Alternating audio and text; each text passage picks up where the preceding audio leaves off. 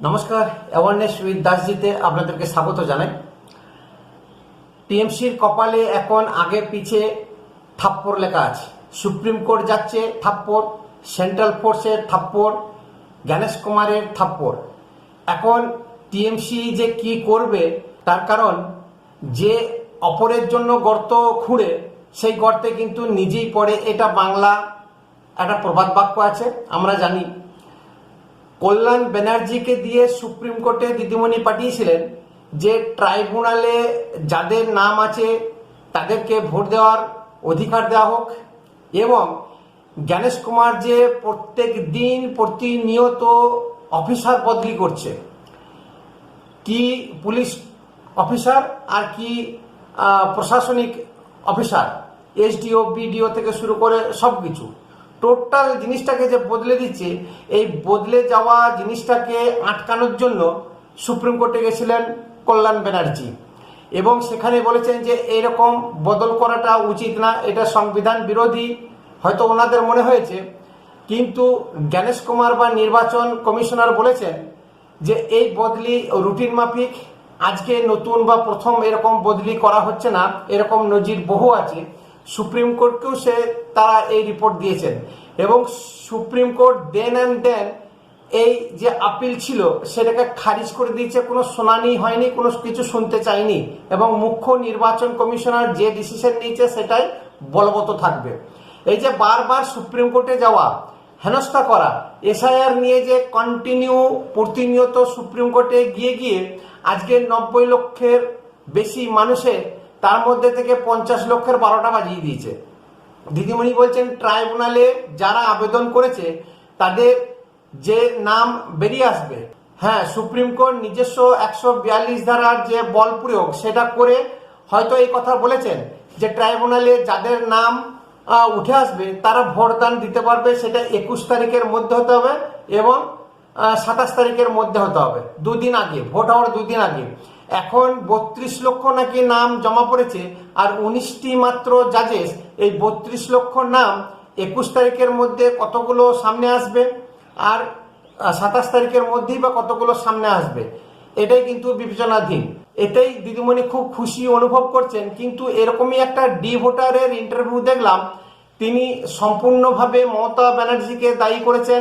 উনি যদি সুপ্রিম কোর্টে না যেতেন বা যে মেশিনারিজ লাগিয়ে ডিলে করেছে নাম আপলোড করতে বা ফর্ম ফিল আপ করতে, সেই মেশিনারিজের জন্যই কিন্তু আজকে বৈধ ভোটাররা ডিলিটেড হয়ে গেছে। এই একটা সমস্যা। আবার রাতভর ইডি ইনভেস্টিগেশন চালিয়েছে কলকাতাতে, এরকম একটা কনস্ট্রাকশন কোম্পানিকে ধরেছে, এবং টিএমসির বিদায়ী যত এমএলএ আছে তার মধ্যে থেকে রাসবিহারীর দেবাশিস কুমার এবং আরো অনেকে, তাদের বাড়িতে ইডি প্লাস আয়কর দুটোই হানা দিয়েছে, এবং বেশ কিছু নথি উদ্ধার হয়েছে।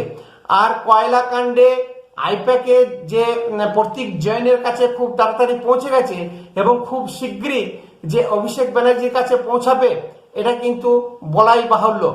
আর এনআইএ যাদেরকে ধরেছে, যে 5 জন থেকে আগে এখন 10 জন ডিটেনশনে নিয়েছে, টোটাল 37 জনকে ধরেছিল, এবং সুপ্রিম কোর্ট এই 10 জনকে এনআইএর হেফাজতে পাঠিয়ে দিয়েছে।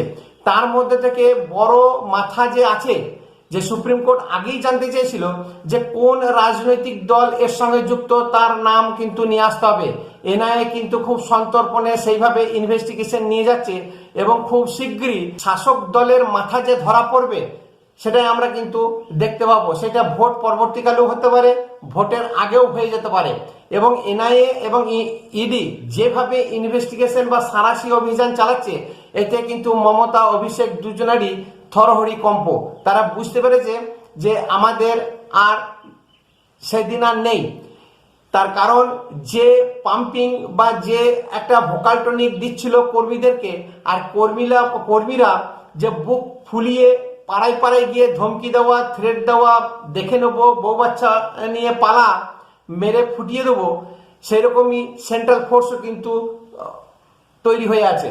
তার কারণ 2021 সালে যেরকম দিদিমণি খেপিয়েছিলেন মহিলাদেরকে, যে সেন্ট্রাল ফোর্স যদি ভোট দানে বাধা দেয় তাহলে তোমরা প্রতিরোধ গড়ে তুলবে।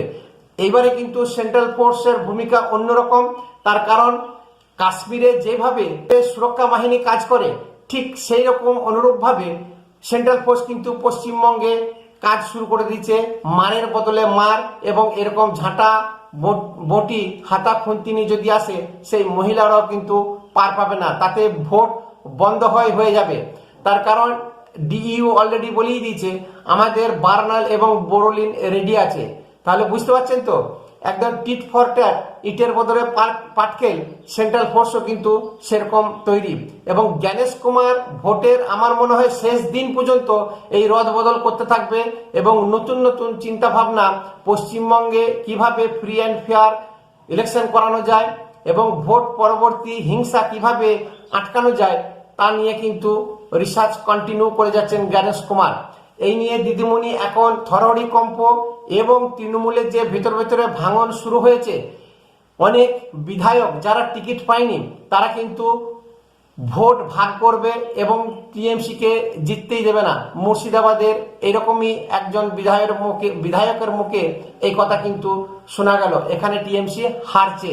তাহলে যে সমস্ত বাগি বা এরকম বিরোধী নেতা দাঁড়িয়ে গেছে যারা টিকিট পায়নি, তারা কিন্তু টিএমসির এগেনস্টেই কাজ করবে। সেটা দলের ভিতরে যে অন্তর্কলহ চলছে বা শুরু হয়ে গেছে, এটাও কিন্তু একটা বড় ভাঙন বলতে পারেন, এবং বিশাল বড় একটা এই ভোটের সমস্যা দেখা দিতে পারে। এখন হিন্দু ভোটও যেমন একত্রিত হয়েছে, মুসলমান ভোটও একত্রিত হয়ে গেছে। এখন সেকুলার দলরা কি করবে কিছু খুঁজে পাচ্ছে না। নমস্কার, ভিডিও অবশ্যই শেয়ার করবেন, সাবস্ক্রাইব করবেন।